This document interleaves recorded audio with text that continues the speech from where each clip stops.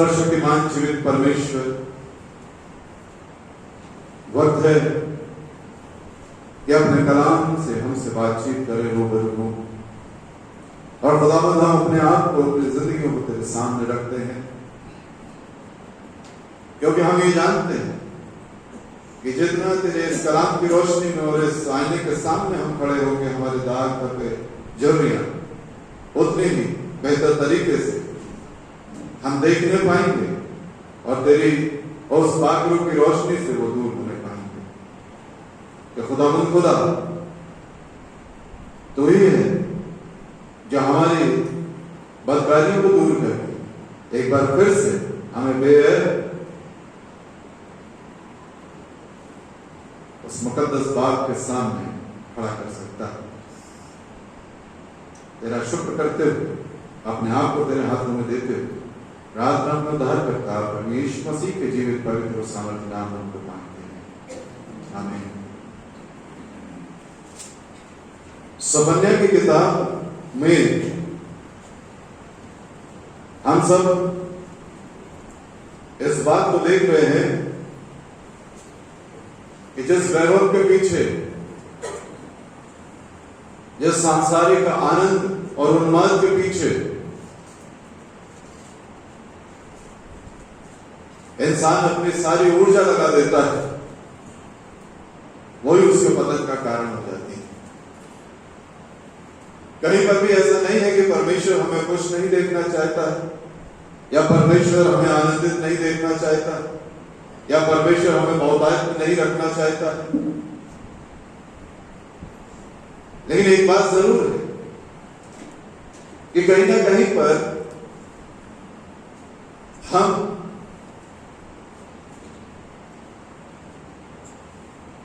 आत्मविश्वास से बढ़कर घमंड में प्रवेश कर जाते हैं। आत्मविश्वासी होना अच्छी बात है, आत्मविश्वास होना इस बात को दर्शाता है कि मैं ये काम कर सकता हूं। घमंड इस बात को कहता है कि मैं ही कर सकता हूं। आत्मविश्वास में व्यक्ति कहीं ना कहीं अपने परमेश्वर के प्रति कृतज्ञ होता है, धन्यवादित होता है, उसका शुक्र करता है कि खुदावंद तुझ में होकर मैं ये कर सकता हूं। फिलिप्पियों 4:13 इस बात को दर्शाता है कि कभी भी खुदावंद हमें कमजोर नहीं पड़ने देगा। कहीं पर भी हम ये ना सोचे कि अगर ऐसा करेंगे, इस तरह से करने लगे, तो शायद हम दुनिया में पिछड़ जाएंगे। फिलिप्पियों 4:13 क्या लिखा है? I can do everything through him who gives me strength. I can do this 1 2 3 4 5 rest of the things ऐसा नहीं लिखा है। 1 2 3 4 5 नहीं,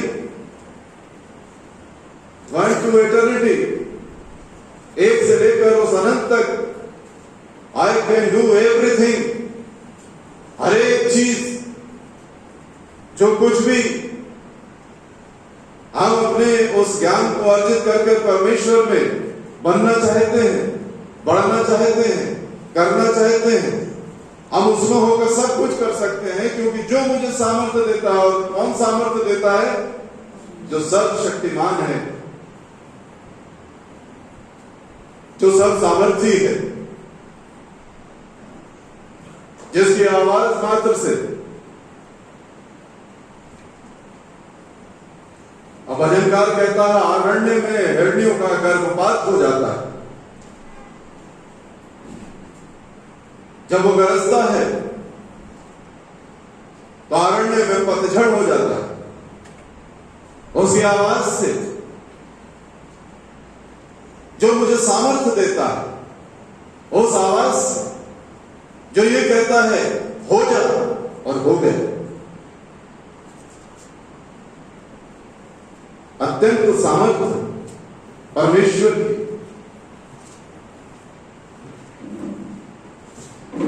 मैं और आप शायद अपने परमेश्वर को हल्के में लेते हैं।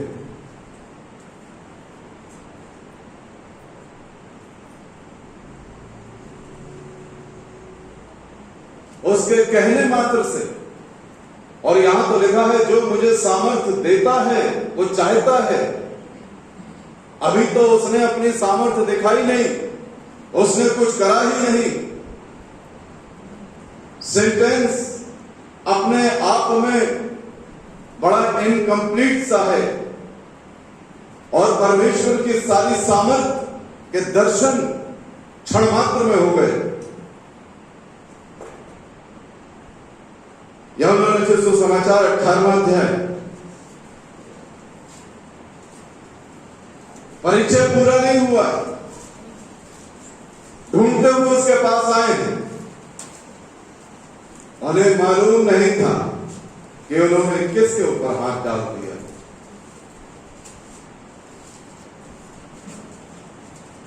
चौथे पद से आगे देखें,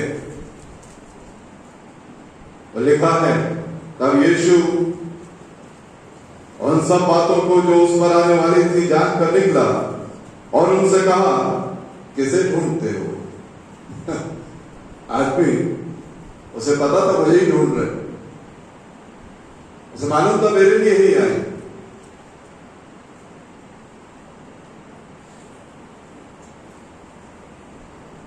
होना ये चाहिए था कि वहां से बच के निकल जाना चाहिए,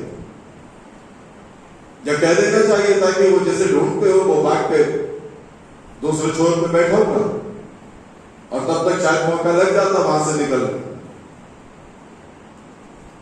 लेकिन ये सब कुछ जानते हुए तुम किसे ढूंढते हो? उन्होंने उसको उत्तर दिया यीशु नासरी को। यीशु नासरी को। यीशु बहुत से थे, लेकिन नासरी वहां पे वही थे जो नासरत में पैदा हुआ। यीशु एक कॉमन नेम हुआ करता था, और इसलिए उन्होंने एक पर्टिकुलर जो पहचान उसकी बताई थी, वो यीशु को पकड़ना जो नासरत का है। यरूशलेम वाले को मत पकड़ लाना, यरीहो वाले यीशु को मत पकड़ लाना, सामरिया वाले यीशु को मत पकड़ लाना।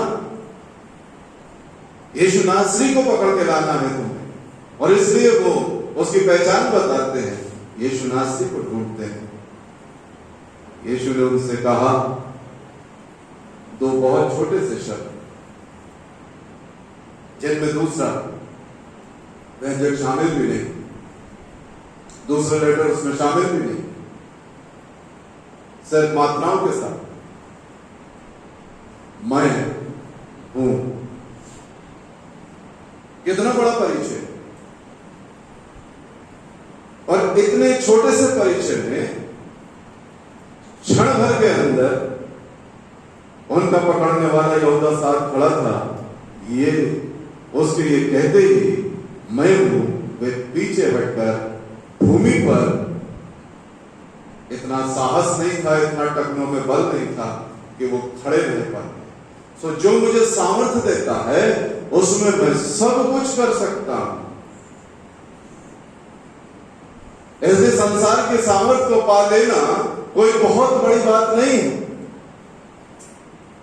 संसार में संसार के रिसोर्सेस को इकट्ठा कर लेना, उन एसेट्स को इकट्ठा कर लेना, ये कोई बहुत बड़ी बात नहीं है। बहुत से लोग कर रहे हैं, और मैं कहता हूं कि बाहर के लोग इसमें हमसे बहुत ज्यादा हैं। उनके रिसोर्सेस, उनकी पहुंच, उनके तौर तरीके हमारे से बहुत ज्यादा है। हमने सोचा भी नहीं है, हम जानते भी नहीं उन तौर तरीकों को जिस तरीके से वे इस संसार में आगे बढ़ते हैं, क्योंकि अंधकार की संतान ज्योति की संतान से चतुर है, और इसलिए वो आसानी से ट्रैप कर सकते हैं अगर परमेश्वर की सामर्थ्य हमारे साथ ना हो। उन्हें वो सारे तौर तरीके मालूम है कैसे इस संसार में रहना है, हमें वो तौर तरीके नहीं मालूम है। और इसलिए कोई बड़ी बात नहीं है। बड़ी बात यह है कि खुदावंद खुदा कि उस बात के ऊपर, और यहां पर ये सारे लोग जो थे उस धन संपत्ति के ऊपर बड़ा उनको ट्रस्ट था, बड़ा उनको घमंड था।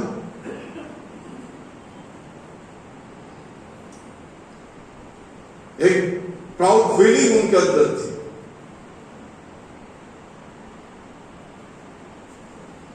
और समन्या जब उनसे बातचीत करता है, समन्या जब उनको बताता है कि जो कुछ तुमने जोड़ रखा है, जिन चीजों पर तुम घमंड करते हो, वो किस तरह की हैं, जरा ओबद्याह 1:3 को पढ़ दीजिए। क्या हमारी पहुंच कहां तक हो सकती है और उसका हाथ कहां तक पहुंच सकता है। 1:3 पहाड़ की दरारों में बसने वाले, हे पहाड़ की दरारों में बसने वाले, मुझे स्थान में रहने वाले, हाँ, तेरे अभिमान ने तुझे धोखा दिया है। हाँ, तू मन में कहता है, हाँ, कौन मुझे भूमि पर उतार देगा? कौन मुझे भूमि पर उतार देगा? कौन है? और इसके ऊपर हमने जब ओबद्याह को देखा था, तो हमने उस एदोम नगर को देखा था कि वो चट्टानों की गरारों में किस तरह से उन्होंने अपने घरों को बना रखा था, और उन्हें बड़ा गर्व था कि कोई सेना ऐसी नहीं है जो अंदर घुस के उनके उस आशियाने को, उनके उस रहने के स्थान को खत्म कर सके। क्योंकि जो एंट्रेंस था वो इट वॉज सो नैरो, बहुत पतला था, जिसमें बहुत ज्यादा लोग एक साथ एंटर नहीं कर सकते थे।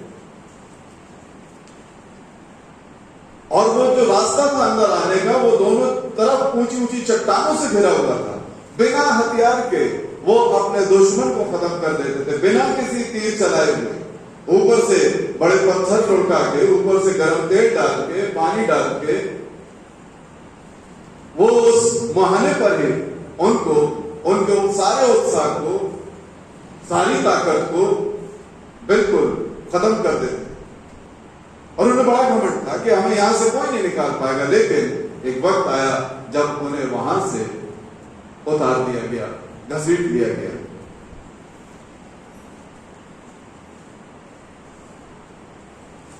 और वो इनसे यहां पर कहता है उनकी धन संपत्ति लूटी जाएगी। कभी कभी बड़ा अभिमान हो जाता है, हमने इतना कर लिया है कि अब आने वाली 7 पीढ़ियों को कुछ करने की आवश्यकता नहीं है। हम ये सब कुछ देखते रहते हैं। कहीं कहीं पर लगता है कि कितना बौनापन है हमारी जिंदगी में। योजना बनाना, परिश्रम करना बुरा नहीं, मैं फिर कह रहा हूं, आत्मविश्वास का होना बुरा नहीं है, लेकिन घमंड का होना और ये सोच लेना कि आगे तक का हाल हमने जान लिया है। लूका रचित सुसमाचार 12वें अध्याय में एक व्यक्ति बड़े चैन और आनंद में अपने जीवन को देख रहा है। 16 पद से आगे, 12-16 से आगे लिखा है, किसी धनवान की भूमि में बड़ी उपज हुई। तो बड़ी बात यह थी कि परमेश्वर का बड़ा अनुग्रह हुआ उसके ऊपर, बड़ी उपज हुई। तब वो अपने मन में विचार करने लगा। उत्पत्ति 6:5 कहती है, जो मनुष्य के मन में होता है, जो विचार वो करता है, जो विचार उसके मन में उठते हैं, वे बुरे।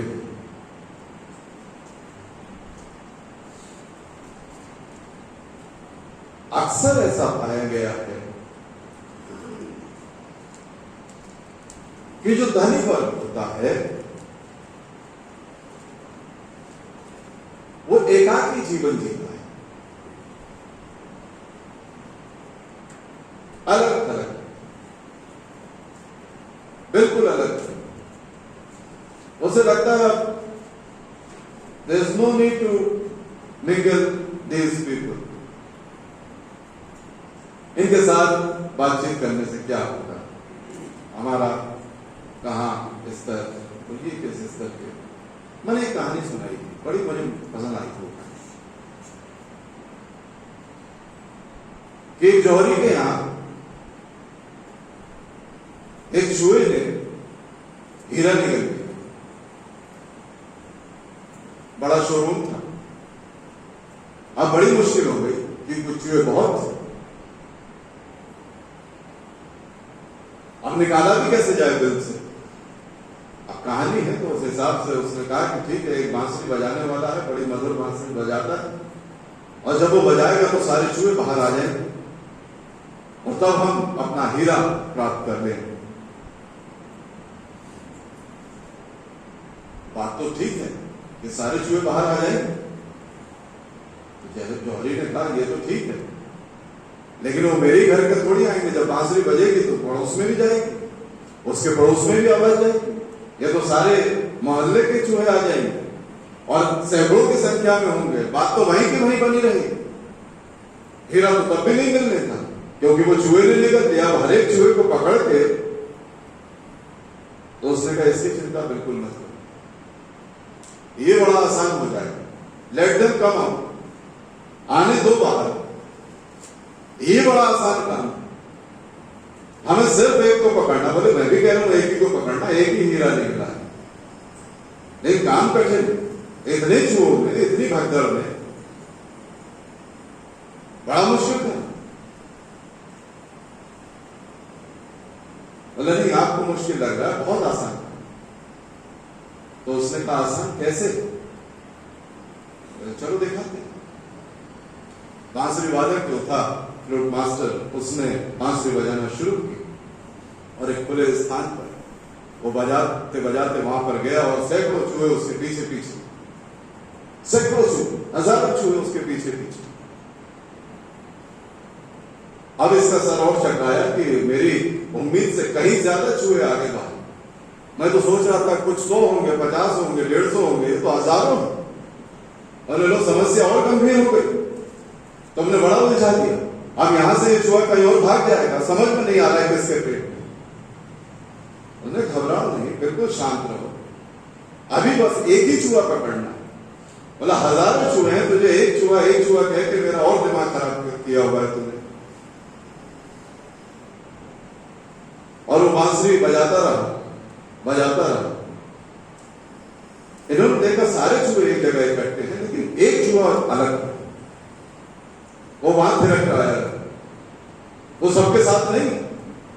उसने जौहरी से कहा, अपने सेवकों से कहे कि जो अलग खड़ा हुआ है इसे पकड़, इसी ने तेरा हीरा निकाला।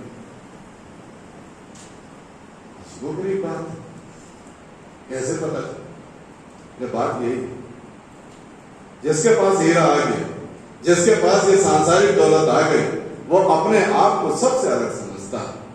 वो ये समझता ही नहीं है कि मैं इंसान हूं, वो ये समझता ही नहीं है कि दूसरे भी इंसान, वो ये समझता ही नहीं है कि मेरा उनके साथ कोई व्यवहार होना चाहिए, वो ये समझता ही नहीं है कि उनसे किसी तरह की बातचीत होनी चाहिए, वो ये समझता ही नहीं है कि वो भी मेरे जैसे हैं।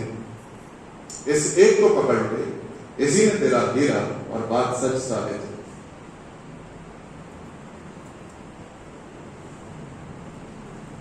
और इस तरह से ये एकाकी जीवन जीता है।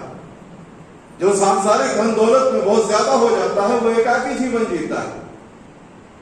ये विचार करने लगा, आसपास कोई दिखाई नहीं दे रहा, क्योंकि चाहता नहीं था उसे। ये डर हो जाता है ऐसे धनी व्यक्ति को कि मेरे आसपास के लोग कहीं मुझे मार ना दे, कहीं मेरा नुकसान न पहुंचा दे। इसलिए वो पैरा बिठा देते हैं गेट पर, देख कर नाम लिखकर भेजना, चेहरा पहचान लेना, सिग्नेचर ले लेना, हर किसी को अंदर मत आने देना।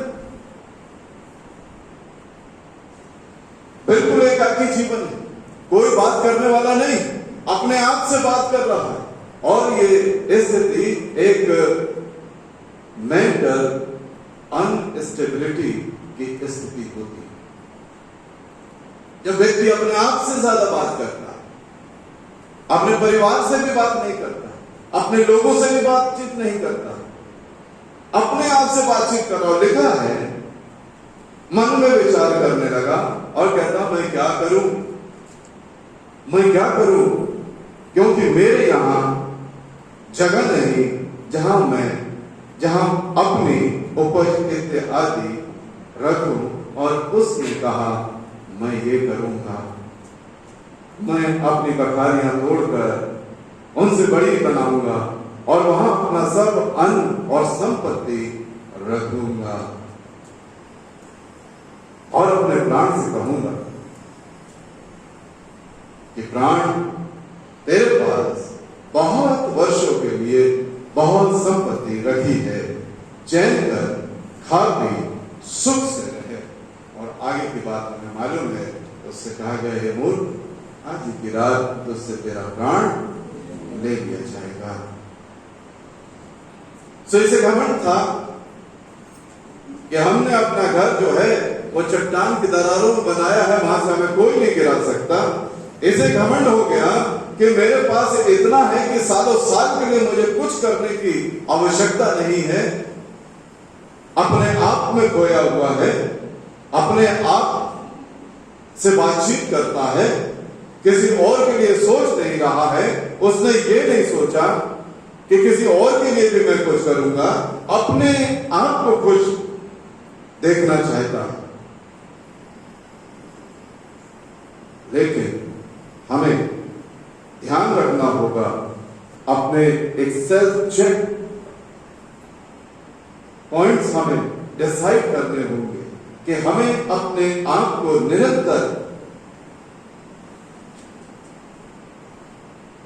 परखते रहना, देखते रहना, उन अशुद्धियों को, उन चीजों को अपने जीवन से दूर करना है जो छोटे छोटे रूप में मेरे और आपके जीवन में, इस संसार में प्रवेश कर जाते हैं। एक सेल्फ चेक पॉइंट हमारे जीवन में होना बहुत जरूरी है। कल शाम भी जब हम इस बात को देख रहे थे, उस हिस्से में जहां पर आगे चल के हम और देखेंगे कि जो चर्च है वहां पर बाहर के लोगों का प्रवेश ज्यादा हो चुका है, बाहर की चीजों का प्रवेश ज्यादा हो चुका है। और पौलुस की यही चिंता है कि चर्च अपनी अहमियत हो रहा है, अपने आप को सही करने के लिए उसकी जद्दोजहद उस चर्च के लिए है कि कहीं ना कहीं पर वो सेल्फ चेक हो चर्च के अंदर कि तुम्हारे अंदर ये जो बुराई आ गई है, तुमने कैसे उसे अभी तक अपने भीतर और रख रखा है। 5वां अध्याय की आखिरी आयत, 1 कुरिन्थियों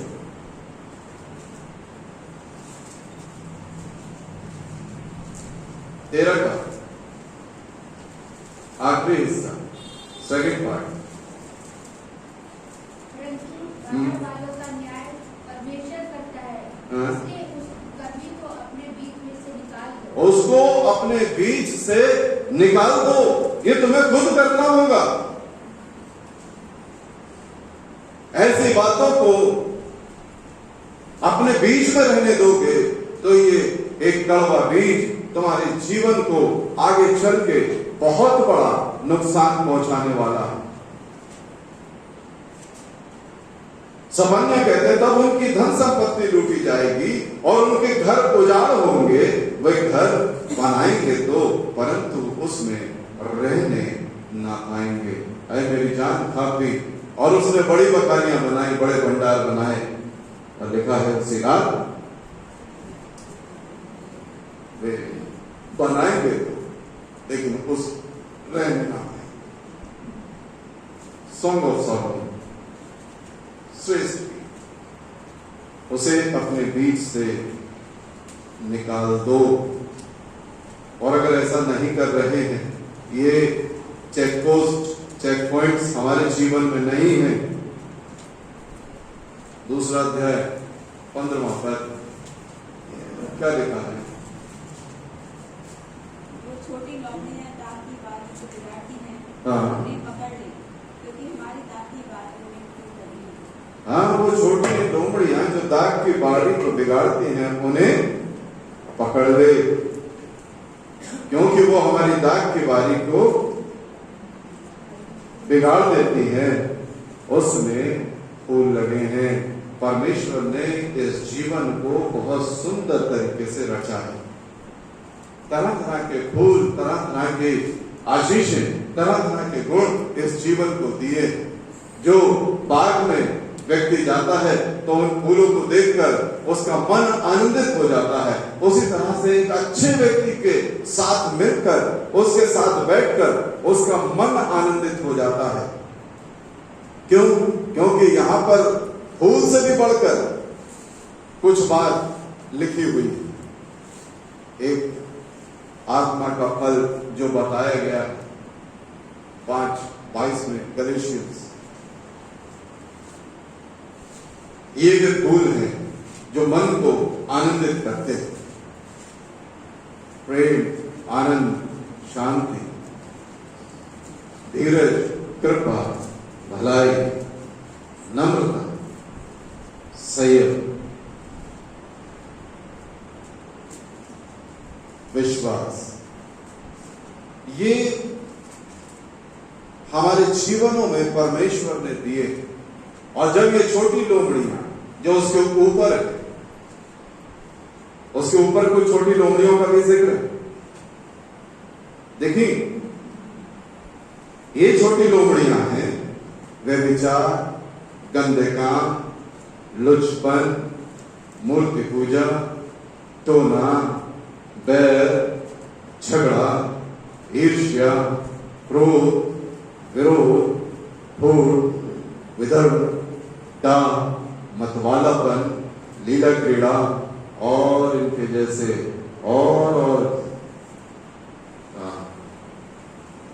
अनगिनत लोमड़ियां, क्योंकि उसका अटैक हो गया है इस दाग की बारी में जिसे परमेश्वर ने लगाया है।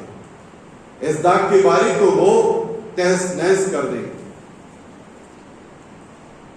इस दाग की बारी को वो तहस नहस कर देंगे। इसलिए जरूरी है ये चेक पॉइंट्स हमारे हो, ताकि हम इन छोटी लोमड़ियों को उस दाग की बारी में, जब दाग की बारी लगाई जाती है, मैंने तो नहीं देखा है कभी दाग की बारी को, लेकिन हाँ मैंने धान लगाते हुए जरूर देखा। और जब धान की बुआई होती है, गेहूं से ज्यादा आनंद धान की बुआई में आता है ना। गेहूं का तो बीज छिड़क दिया जाता है, लेकिन धान जो है उसकी पौध लगाई जाती है। और एक वक्त आता है जब एक तरफ वो धान की पौध को तैयार किया जाता है और दूसरी तरफ खेत को तैयार किया जाता है। उसकी मेड़ बांध दी जाती है, पानी भर दिया जाता है और वो सारी घास पात जब ऊपर आती है उसको साफ कर दिया जाता है। पानी बिल्कुल ऐसा लगे जैसे कि पौंड, करीब 1-1 फीट या 8-8 इंच उसमें पानी भरा होता है, चारों तरफ मेड़ लगी होती है। और फिर एक सिरे से स्त्रियां हाथ में ढेर से धान की एक गड्डी लेके, लगाया ना अपना कभी धान, मैं वहीं का जिक्र कर, वही है। तो वहां किनारे से वो स्त्रियां खड़ी हो जाती हैं, 15-20 जितना बड़ा वो एरिया है अपने डिस्टेंस के हिसाब से, और एक हुड़किया को बुलाया जाता है। और हुड़किया होता है जिसके हाथ में एक बाजा होता है, डमरू जैसा एक तरफ वाला, और वो उसको बजाता रहता है। और लोक भाषा में जो वहां की भाषा होती है, अब वो अगर बुंदेलखंड में है तो बुंदेलखंडी गाएगा, भोजपुरी की तरफ है तो भोजपुरी गाएगा, ब्रज की तरफ है तो ब्रज की भाषा में गाएगा, पहाड़ में है तो वो कुमाऊनी भाषा में गाएगा। और वो अपना गाना शुरू करता है। उस गाने को वो स्त्रियां गाती रहती है और वो एक सिरे से दूसरी तरफ डोलता रहता है, गाता रहता है, डोलता रहता है, गाता रहता है। और अगर कोई स्त्री, कोई लड़की, कोई मजदूर थोड़ा पीछे रह गया तो पास में जाके अपने पैर से उसके मुंह पे पानी का छपाका मारता है कि तुम पीछे रह गो, थोड़ा जल्दी आओ, थोड़ा आगे आओ ताकि पीछे ना रह जाओ। और फिर वो समझ जाता है कि मैं अपनी लाइन में पिछड़ रहा हूं, गीत गाया जाता है। एक बड़ा अजीबोगरीब समा होता है, मैंने देखा है, मुझे उस आनंद का पता। सो जब दाग की बारी लगाई जाती होगी, क्योंकि दाग की बारी धान की बारी से ज्यादा प्रॉफिटेबल, उसमें ज्यादा धन मिलता है, उसमें ज्यादा और कोशिश की जाती होगी ताकि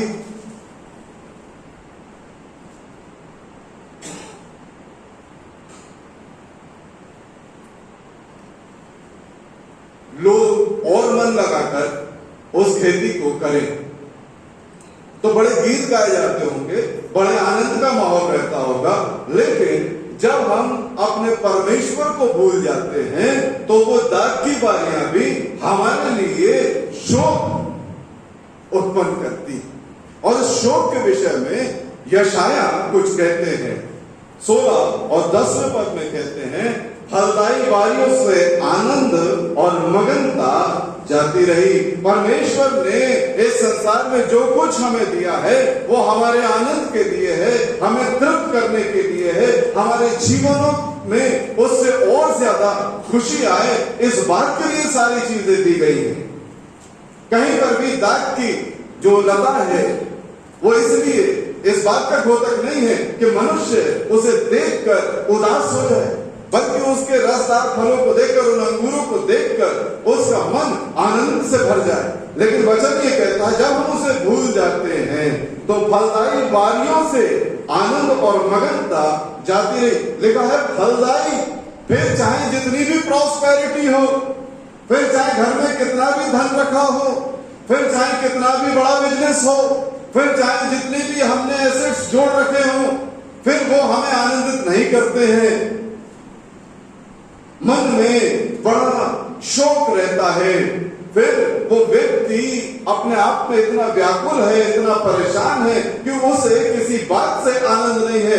फलदायी दाग की बारी है, लेकिन लिखा है आनंद और मगनता जाती रहती है। दाग की बारियों में गीत ना गाया जाएगा, ना हर्ष का शब्द सुनाई देगा, और दाग रस के कुंडों को कोई दाग न देगा, क्योंकि मैं उनके हर्ष के शब्द को बंद। जब परमेश्वर ही जो सत्य चित्त आनंद है, जब परमेश्वर ही जो आनंद का स्रोत है, जब परमेश्वर ही जो शांति का स्रोत है, जब परमेश्वर ही हमारी जो सहभागिता का स्रोत है, वो हमारे आनंद को बंद कर देगा, तो कैसे हमारे जीवनों में शांति और आनंद आएगा। मेरे जीवन के आनंद को सांसारिक समस्याएं नहीं छीनती हैं। संसार तो है ही इसी तरह का, वे तो है ही इसी तरह के, वो तो ऐसा ही करते रहेंगे।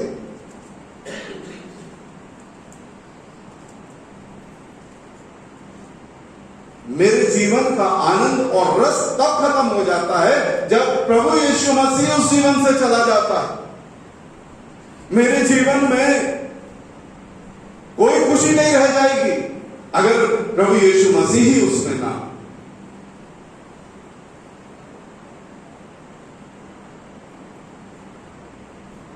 दाऊद क्या कम परेशान रहा? मैं सोचता हम में से किसी ने उतनी परेशानी नहीं झेली। उन सीलन भरी गुफाओं में, उन जंगलों में, क्या आप सोचते हैं जंगल में मच्छरदानी में सोता होगा? या 4 मच्छर घर में घुस जाए तो फिनिट लाना है कि गुड नाइट लाना है कि कंफर्ट चलाना है कि मॉस्किटो नेट के अंदर सोना, 50 इंतजाम होता है, और उसके बाद भी सुबह कहते हैं नींद अच्छी नहीं है। दाऊद परमेश्वर का अभिषेक, उसे मालूम है परमेश्वर ने मेरा अभिषेक किया है, उसे मालूम है महायाजक शमूएल ने अपना हाथ मेरे ऊपर रखा। ये व्यक्ति जानता है कि परमेश्वर ने मेरे हाथ से एक ही बार में गोलियत को गिरा दिया, लेकिन उसके बावजूद भी उसकी जिंदगी में दुख, जंगल में भटकना, एक स्थान से दूसरे स्थान पर भटकना, उसकी पत्नियों को, उसके बच्चों को शत्रुओं के हाथ में पड़ जाना, उसका स्वयं का जीवन शाऊल की वजह से खतरे में पड़ा रहना, ना मालूम कितनी मुसीबत है। लेकिन जीवन का आनंद खत्म नहीं हुआ। क्यों? क्योंकि परमेश्वर जीवन देता है। हमारा आनंद संसार में थोड़ी है, हमारा आनंद किसी बहुत बड़े घर को बनाने में थोड़ी है, हमारा आनंद किसी बहुत बेहतर तरीके से अपने लिए चीजों को सजा लेने में थोड़ी है। अरे हमारा आनंद तो इस बात में है कि प्रभु मेरे जीवन में है या नहीं। अगर हम उसमें हैं, अगर वो मुझ में है, तब ही जीवन की भरपूरी है। कभी कभी हम अपने परमेश्वर के साथ जुड़े रहते हैं, दिखाई देता ऐसा दिखावा करते, लेकिन फल रहित जीवन होता है। बहुत सावधान है। अगर इस तरह से हम प्रभु यीशु मसीह के साथ जुड़े हुए हैं तो कुल्हाड़ा बहुत जल्दी किसी भी समय, यूहन्ना सुसमाचार 15वां अध्याय बड़े स्पष्ट तरीके से इस दाग के बारे को बताता है। दूसरा पद कहता है, जो डाली मुझ में है और नहीं फलती उसे वो काट डालता है, उसे वो काट डालता है। जो डाली मुझ में बनी है और नहीं फलती, पत्ते दिखाई दे रहे हैं, हरापन दिखाई दे रहा, जीवन दिखाई दे रहा, लेकिन फल नहीं दिखाई दे रहा। वो नम्रता, आनंद, शांति, प्रेम, विश्वास, धीरज, ये नहीं, ये सारी चीजें नहीं, लेकिन जुड़े हुए।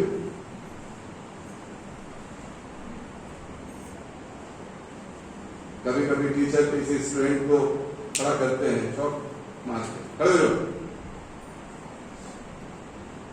मैंने जो बोला बताओ। अब वो तो खोए हुए थे बाहर की दुनिया में। टीचर ने पूछ लिया कि मैंने जो बताया वो बताओ,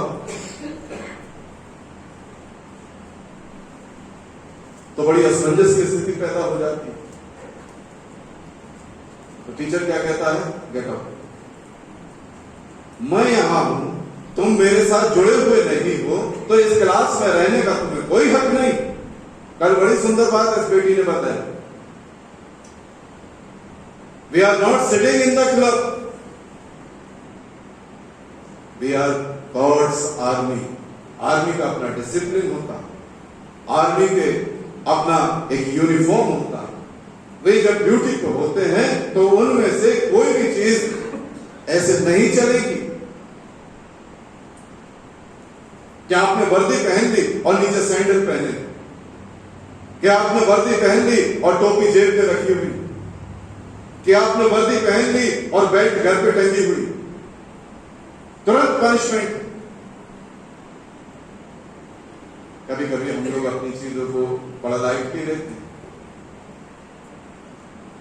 पहले के नर्सिंग ट्रेनिंग जिन्होंने की है उन्हें बताया गया होगा कि ड्यूटी पे बाल खुले, और इसीलिए वो कैप होती थी कि जूड़ा बांध के पीछे उसके अंदर बाल रहे।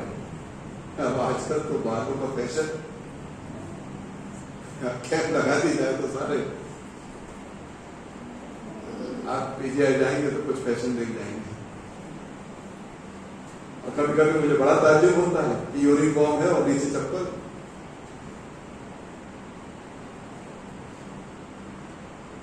क्या रिस्पेक्ट है हमारी अपनी चीजों को लेकर।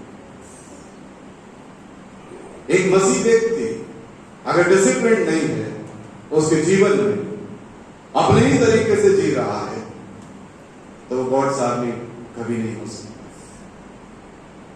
वचन यहां पे कहता है कि जो डाली मुझ में है और नहीं फलती उसे वो काट डालता है, क्योंकि जब आता है वो चाहता है कि वो फल उसमें दिखाई दे, कोई फल उसमें दिखाई दे। जब भी आए, जब भी वो विजिट पे हो, और ऐसा नहीं है कि वो विजिट पे नहीं होता। अगर ऐसा है, आपको लगता है कि वो विजिट पे नहीं होता, रेवलेशन 2 और 3 पढ़ लीजिए। उसका दौरा हमेशा है, वो कलीसियाओं के बीच चलता और फिरता है, उनके कामों को, उनके तौर तरीकों को वो जांचता और तोलता है। वो जानता है ये अपने पहले से प्रेम में है या नहीं। वो जानता है कि इस ना तो ये गर्म है ना ये ठंडा है। वो जानता है कि देखते तो हैं लेकिन इन्हें धुंधला दिखाई देता है। कहता है तू मुझसे सुरमा ले ले ताकि तू साफ साफ देखे, वरना मैं तेरा दिया तेरे स्थान से हटा दूंगा। अगर दिया रोशनी ना दे तो फिर उसका वहां होने का कोई औचित्य नहीं। परमेश्वर का वचन हमें इसी तरह से आगे बढ़ाता है। ये लोग अपने पंप एंड शो में, अपने उस वैभव में खोए हुए हैं, जीवन में उस आनंद को देख रहे हैं। और लिखा है यहाँ पर भी यशाया के समान वे दाग की बारी लगाएंगे परंतु उससे दाग मधु न पीने पाएंगे। हमारे प्रयास तो होंगे, हमारी कोशिशें तो होंगी, वे सारी चीजें, लेकिन वो उसके सही और सच्चे आनंद से वंचित रहे। क्यों? क्योंकि उन्होंने दोनों तरफ अपने आप को जोड़ रखा। दोनों तरफ वे चाहते हैं कि हम उसी तरह से परमेश्वर हमें स्वीकार करे जैसे हम हैं। इस यरूशलेम में भी बहुत सी ऐसी बातें आ गई जो सफर ने उनसे बातचीत कर रहा है। ये यहूदा प्रदेश में भी वो बातें आ गई हैं और आजकल जो हम कोरिन्थुस में देख रहे हैं वहां पर भी इस तरह की बातें आ गई हैं। प्रभाव जो है चर्च का वो संसार पे कम हो गया है, लेकिन चर्च के ऊपर संसार का प्रभाव ज्यादा बढ़ता है हमारे तौर तरीकों में। और इसलिए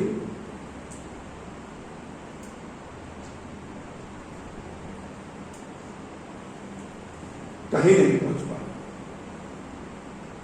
मत्ती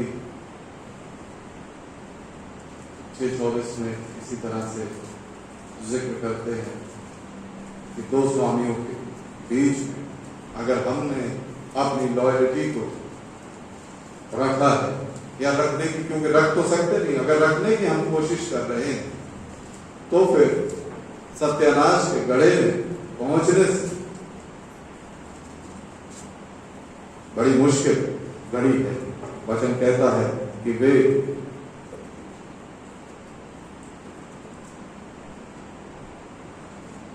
बड़ी मुश्किल घड़ी के मुहाने पे खड़े हैं। 14वां पद कहता है यहोवा का भयानक दिन निकट है। और कितना निकट है? और निकट से कोई वेग से आए तब क्या हो?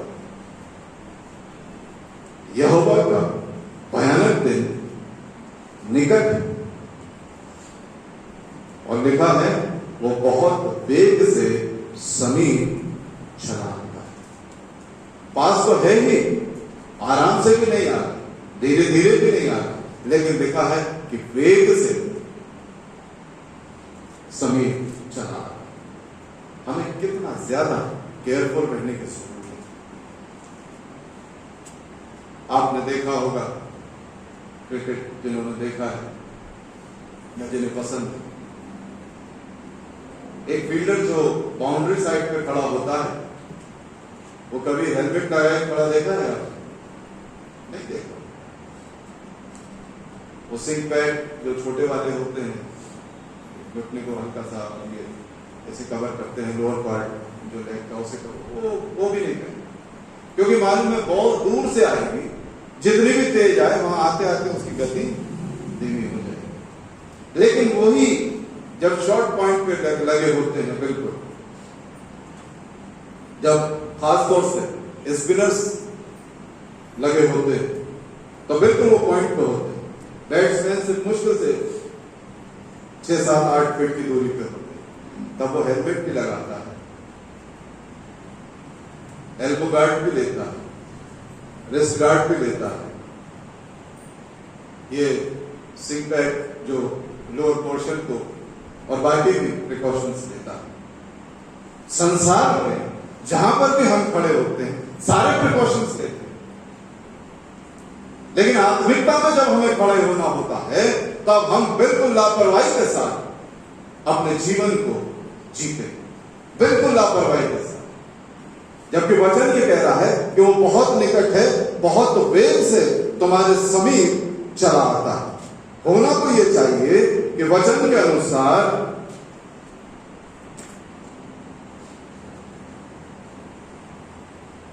इफिसियों 6:11 के अनुसार परमेश्वर के सारे हथियार बांध लो कि तुम शैतान की युक्तियों के सामने, अगर ये बिना इन गार्ड्स के हो कोई भी तैयार नहीं होगा। धोनी कहते कि ऐसे ही आके खड़े होना, विराट कोहली लाख कहता रहे कि यहाँ खड़े हो जाओ पॉइंट पे आके, तो क्या मरवाओगे? पहले हेलमेट मंगाइए, पहले सारे गार्ड्स में लगाऊंगा तब मैं यहाँ पे खड़ा हूँ, ना कि मरने के लिए मैं खड़ा हूँ। परमेश्वर का वचन हमसे कहता है, परमेश्वर के सारे हथियार बांध लो कि तुम शैतान की युक्तियों के सामने खड़े रहो, क्योंकि हमारा ये मन युद्ध लहू और मांस से नहीं परंतु प्रधानों और अधिकारियों से है और इस संसार के अंधकार के हाकिमों से है। अंधकार के हाकिमों जो दिखाई नहीं देते लेकिन वार पूरा करते, और दुष्टता की आत्मिक सेनाओं से है जो आकाश में है।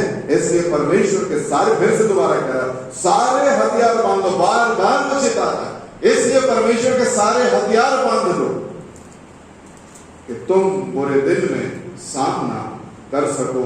हम अक्सर प्रचार सुनते रहते हैं, अंत के दिन है, दिन बुरे हैं, अंत के दिन है, दिन बुरे हैं, लेकिन हथियारों से लैस हम नहीं हैं। जो हथियार हैं उनका जिक्र यहाँ पर किया गया है। सत्य से अपनी कमर कसकर, धार्मिकता की झिलक पहनकर, पांवों में मेल के सुसमाचार की तैयारी की जूती पहनकर, और इन सब के साथ विश्वास की ढाल लेकर इस दिन रहो कि तुम उस दुष्ट के सब चलते हुए तीरों को बुझा सको। उद्धार कटो आत्मा की तलवार और जो परमेश्वर का वचन है ले लो।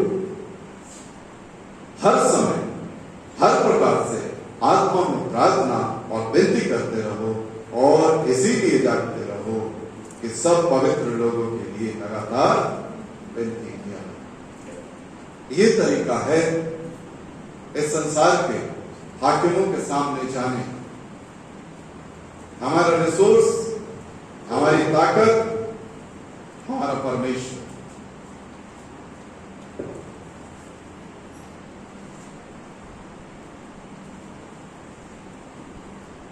दाऊद को भूल जाते हैं, तू तो अपनी तलवार और अपने भाला सान लिए हुए मेरे पास आता है। अपनी सांसारिक ताकत, वो सारे सांसारिक वो एसेट्स जो तेरे पास हैं जिसके ऊपर तुझे घमंड है, लेकिन मैं तो जीवते परमेश्वर के नाम से सबन्या उन्हें बताना चाहता है, तुम्हारी प्रॉस्पेरिटी चाहे जिस भी तरह की, ये प्रॉस्पेरिटी तुम्हें विनाश से बचा नहीं पाएगी, सिवाय एक बात के कि तुम परमेश्वर की ओर फिरो। दुआ। सर्वशक्तिमान जीवित परमेश्वर अनुग्रहकारी दयालु तेरे पवित्र चरणों में आते हैं और कि पिता परमेश्वर एक बार फिर से अपने आप को तेरे पवित्र चरणों में रखते हैं और दुआ मांगते हैं सब हमसे बातचीत करें। इन दिनों में पिता परमेश्वर तेरा वचन हमसे बातचीत करे, हम नहीं परंतु तेरा वचन हमारे द्वारा लोगों के बीच पहुंचाएगा। तेरी अगुवाई चाहते हैं और विनती करते हैं पिता परमेश्वर कि हर एक बार सिर्फ और सिर्फ तुझे मिले। प्रभु यीशु के पवित्र नाम